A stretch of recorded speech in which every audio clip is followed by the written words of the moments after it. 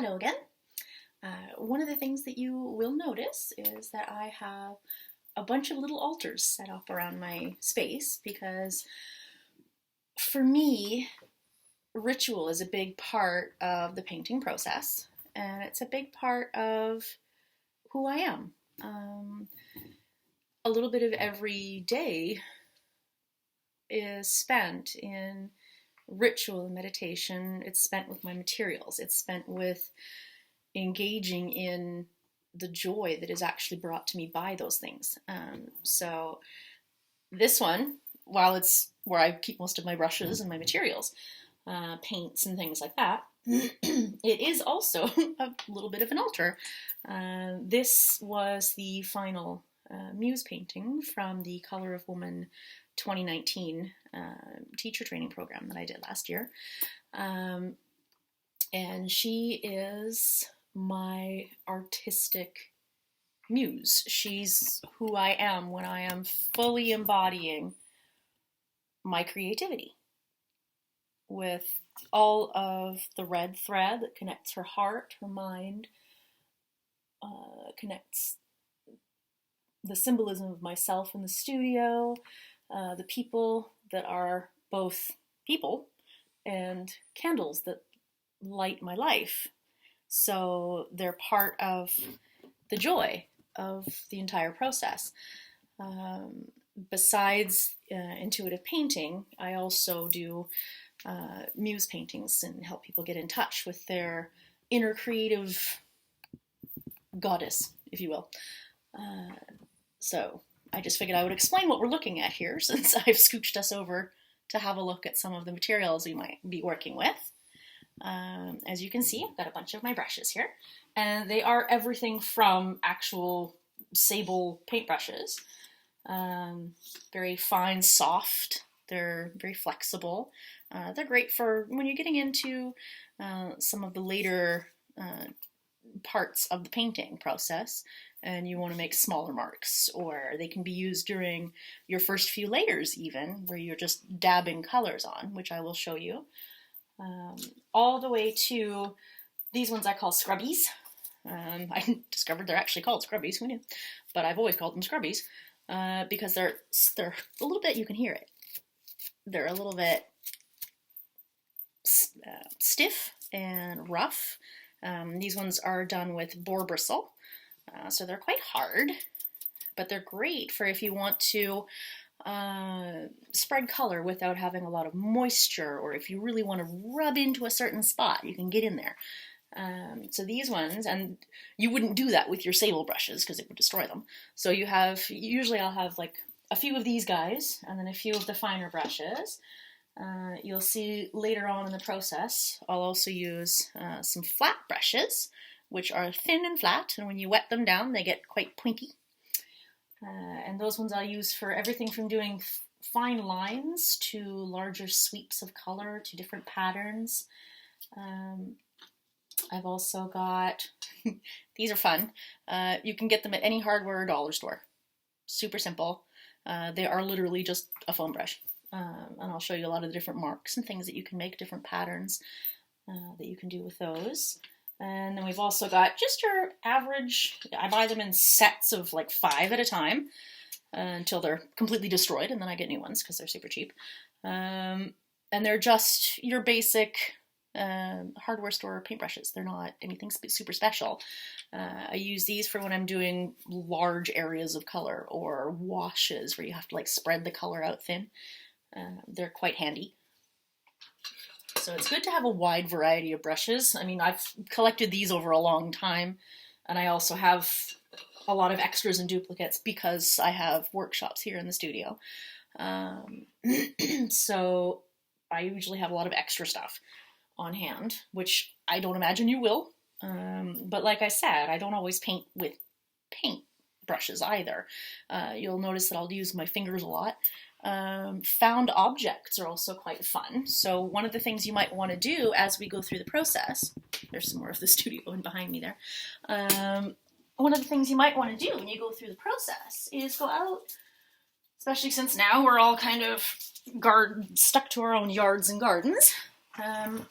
I went out the other day, and just because I was cleaning the yard, and I found these guys.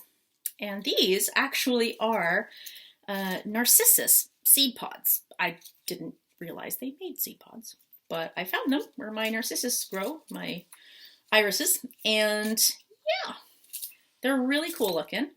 And things like this can either inspire you for shapes to use as part of your patterns and inspirations in your painting, or in some cases you can put paint on them and use them to stamp. So if you've got certain things like leaves, or I'll sometimes, in the summertime, doesn't work right now because it's pretty early in the year, but I'll sometimes go out and get fern leaves or twigs or moss, and you can do stamping on to initiate the canvas and get it full of pattern and color first for your beginning layers.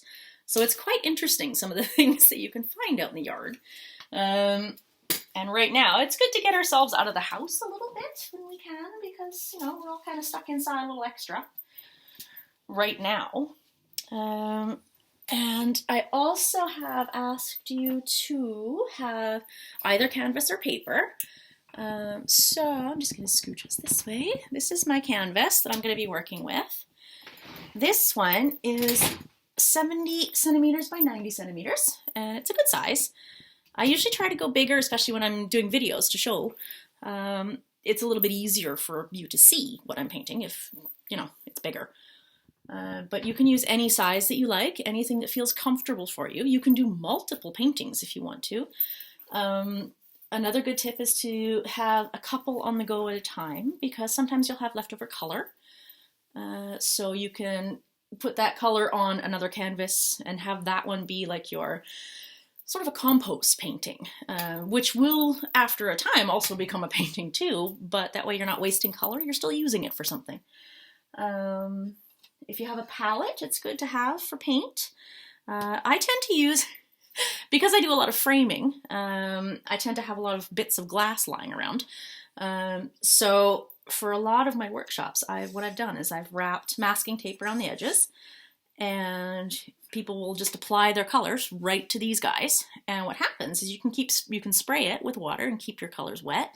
And when the colors do dry, whatever's left over after you've spread it all out where you want to have it, or end on your compost painting, it's really, really easy for cleanup. You don't get a lot of waste.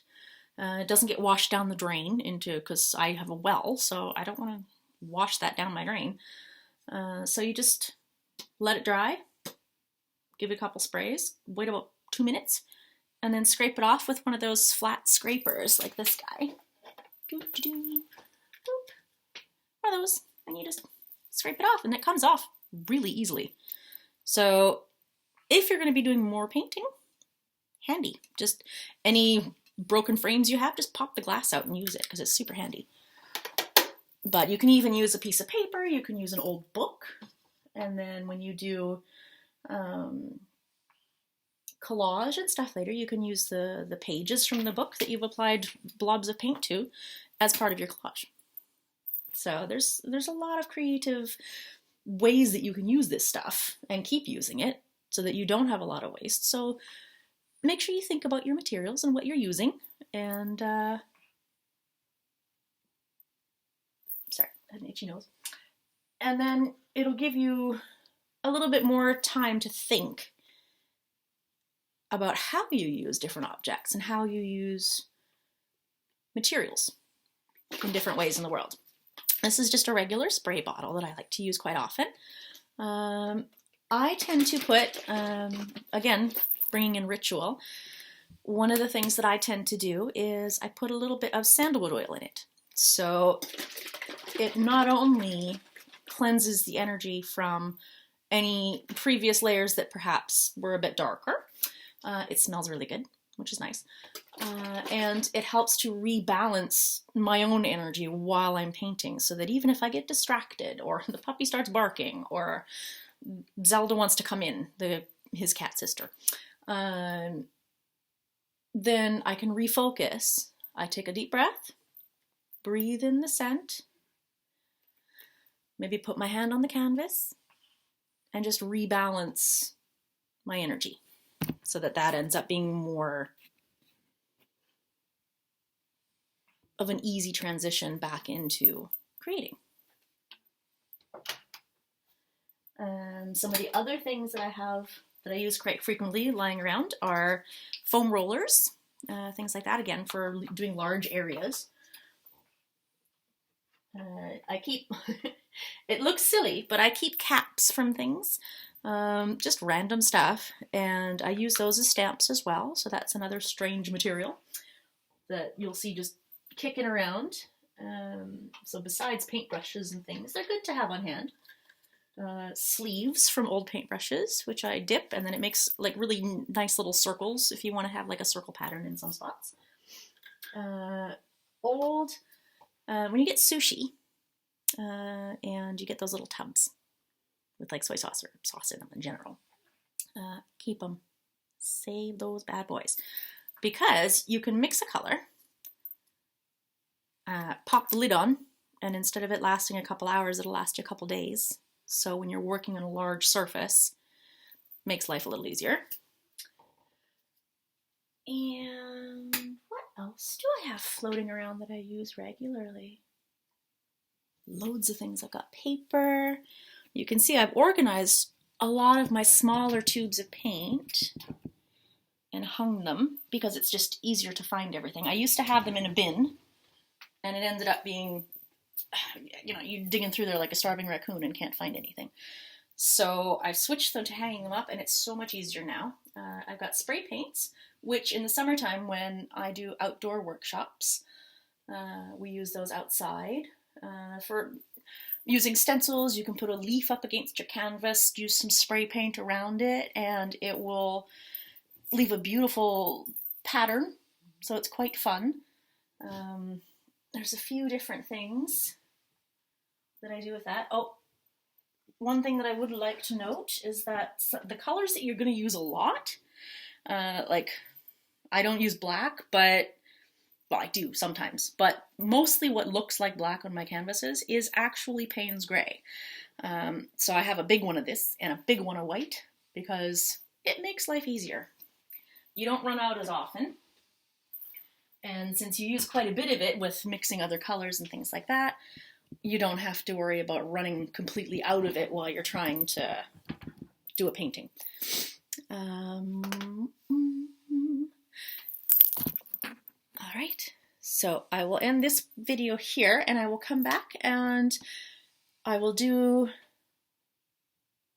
a little bit of a connection, a little bit of a breathing, and then I'll do a guided meditation, and then we'll get to painting. All right, we'll see you in a few minutes.